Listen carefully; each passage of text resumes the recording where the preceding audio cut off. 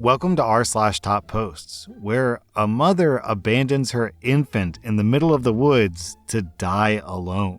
Our next Reddit post comes from r/slash entitled Parents. Over the week, my husband and I went on a camping trip before summer season with its glorious warm weather was officially over. We weren't at home and had no cell reception where we were. We left Thursday on the 7th and returned on Monday the 11th.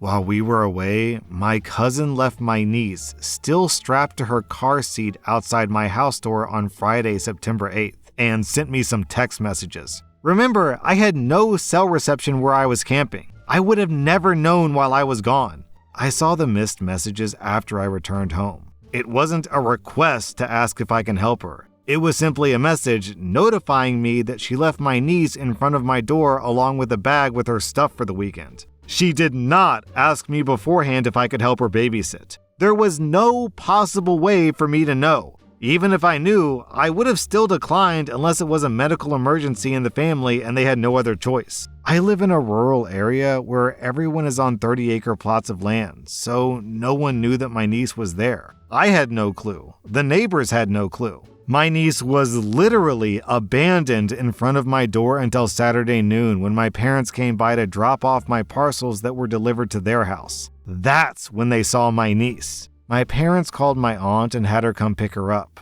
I can only assume that my parents, my aunt, and my grandmother scolded my cousin for leaving my niece at my door. When I got home, all I saw was the initial text message telling me that my niece was dropped off at my place. Then, a string of very rude text messages and voice messages from my cousin calling me irresponsible for leaving my niece outside and endangering her. Because what if the coyotes in my area attacked the helpless infant? Yo, this woman literally belongs in jail. Don't call the aunt to come pick up the baby. Call Child Protective Services and the police. Our next Reddit post is from r/relationship advice. I'm a 26-year-old guy and my girlfriend is 24. She was a bully in high school. She doesn't feel regret and seems actually proud of her past. Is this a reason to break up? I realized since we got together a little more than 2 years ago that my girlfriend has a dominant personality. You can see it in the way she talks, acts, dresses, etc.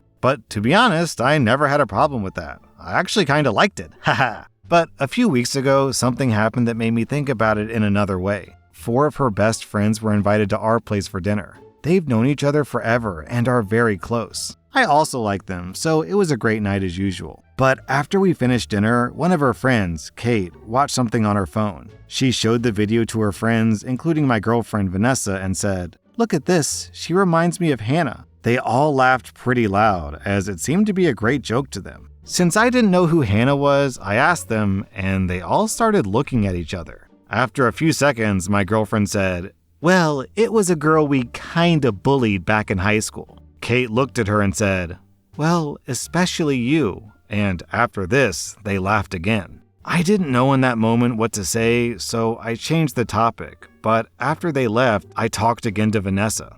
To my surprise, she wasn't annoyed and seemed to be quite open about it. Maybe it was because she had 2 or 3 glasses of wine too much that night, but she said she wanted to tell me about this anyway for quite a long time, since she trusted me so much. So, long story short, apparently she was a crazy bully back in high school and the leader of her clique. They bullied a girl called Hannah every day and made her life hell for years. She told me about some of the stuff they did to her, including verbally and physically assaulting her on a daily basis. For example, telling her how ugly and fat she was, destroying her school books and her phone, putting her clothes in the locker room in the toilet during gym, forcing Hannah to give them money and to steal for them in shops, blackmailing her with her diary that they stole from her. One time, they even waited for her in the park in the afternoon, forced her to kneel down in front of them, beat her up, and Vanessa burned Hannah's arm with a cigarette. My girlfriend told me all these things with a smile on her face and said something like,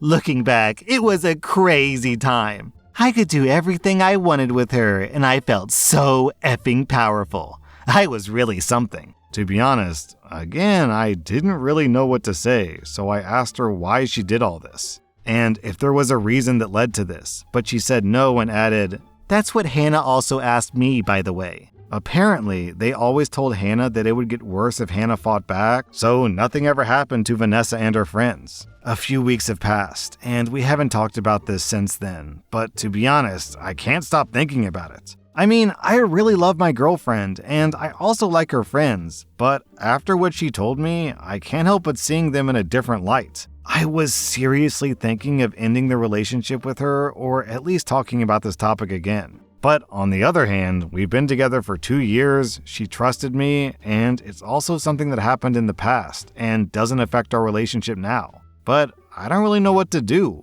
Seems pretty easy to me, OP.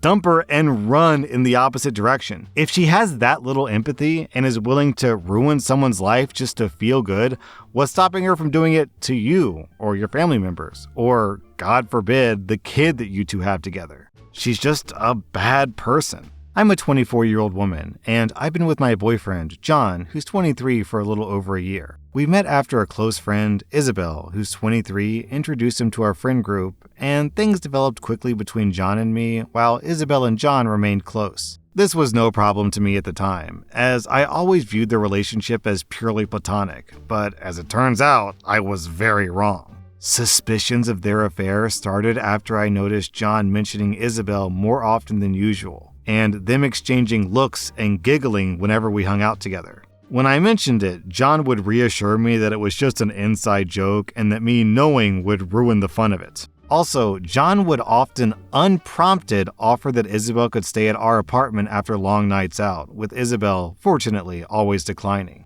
This started around a month ago. A short while later, John started staying late for work, stating that he wants to accumulate overtime so we can spend more time together around the holidays. I know that John hates working longer than required, as he already comes out stressed out and tired from his normal shift. To prove my suspicions, I came up with a plan. Everyone in our friend group knows that Isabel has a slight peanut allergy. We've seen her allergic reactions, and they're definitely not fun, but they also aren't life-threatening. She'll just get facial swelling and redness. So last week while grocery shopping, I bought some peanut butter under the pretense that I wanted to try out a recipe I saw on TikTok. 2 days ago, John and I got up in the morning, and during breakfast, he said that he'd be working late again. This is when I took the peanut butter out of the cupboard and ate 2 slices of toast with lots of peanut butter. Before he left, I offered to perform oral on him, explaining that I'd only be seeing him very late in the evening and he wouldn't be able to wait until he got back. He happily agreed,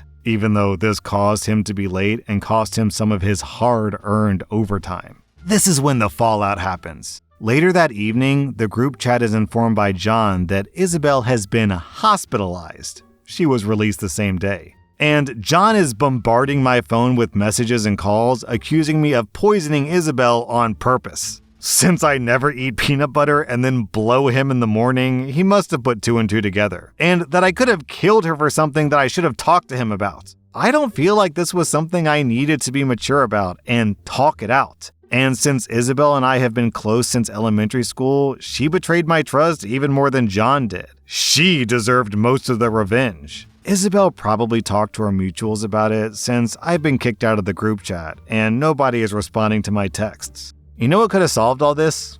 A shower. I mean, also not cheating, that would have been the better solve.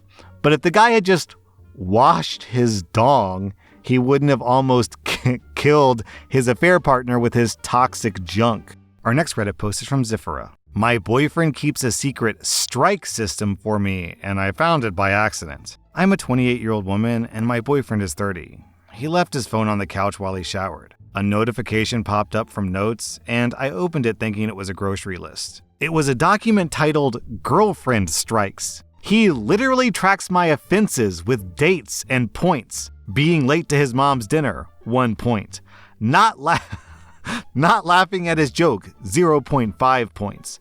Buying myself flowers, attention seeking, 1 point. At 10 points, he wrote serious talk, and at 15 points, reconsider relationship. I confronted him, and he said it's just a system to keep things fair because I'm emotional and forget what I do. I felt sick, like I was an employee on probation, not a partner. I packed a bag and stayed at my sister's last night. Now, he's spamming me that I violated his privacy and proved his point. Is this breakup material or am I overreacting?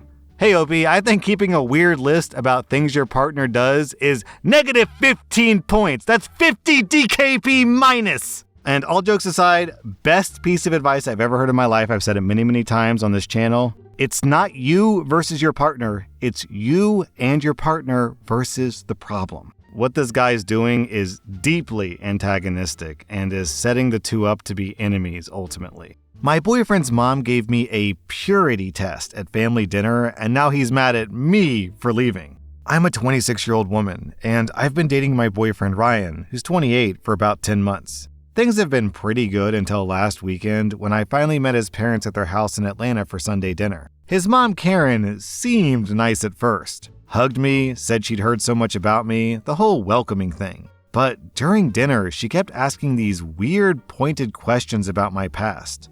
Like, so, how many serious relationships have you had before Ryan? And what made those end? I tried to keep it vague, but she kept pushing. Then, after dinner, while Ryan and his dad were outside grilling dessert, I don't know, it's a thing they do, Karen sits down next to me on the couch with her phone. She's like, I know this might seem old-fashioned, but I care deeply about who my son ends up with. Then she opens this app on her phone, and I kid you not, it was literally called the Purity Test Calculator or something. She starts reading questions out loud and expects me to answer them. Stuff like, have you lived with a partner before marriage? And have you been intimate with more than 3 people? And it got more invasive from there. I was so shocked, I didn't even know what to say. I just stared at her. She took my silence as me refusing to answer and said, I see, so you have things to hide. I stood up and said I needed to use the bathroom, but instead I just grabbed my purse and left. I called an Uber from the driveway. Ryan didn't even notice I was gone until like 20 minutes later when he came back inside. He's been blowing up my phone ever since, saying I embarrassed him in front of his parents, and I should have just played along to keep the peace. His mom is apparently very upset and crying, saying I rejected her attempt to get to know me better. Ryan says his mom is just protective and comes from a religious background, so I need to be understanding. But like a purity test on an app at 26 years old? Am I insane, or was that completely out of line? I'm genuinely not sure what's worse here. The mom giving the purity test, or the boyfriend defending the mom. Yo, I'm trying to imagine if I walked in on my mom giving my girlfriend an online purity test, I would all the blood out of my body in embarrassment. I think it's actually the second one. Overbearing mother-in-laws are a common trope, but pathetic, spineless mama's boys, even at the age of 28. Okay, I could almost understand this behavior if he was, 16, 15, still living with his mom. Hey, my mom was just doing what she thought was right. But 28? Yo, give me a break. That was rSlash top posts from Reddit. And if you like this content, check out my podcast where I publish the exact same episodes. Also, hit that subscribe button because I put out new Reddit videos every single day.